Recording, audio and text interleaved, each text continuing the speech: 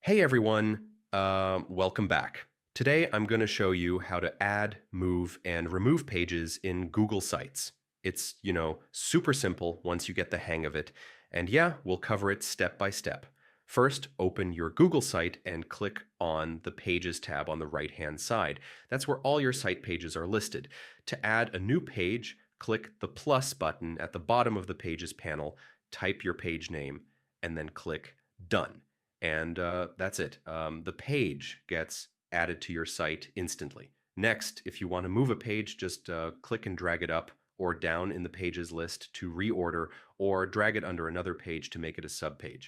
It's really flexible. So yeah, you can organize your site however you like.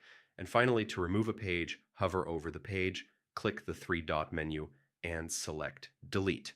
Confirm, and the page is gone. Don't worry, you can always undo if you click quickly. And that's basically it.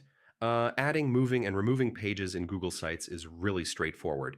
If you found this helpful, make sure to like the video, subscribe, and yeah, check out my other Google Sites tutorials too. Thanks for watching.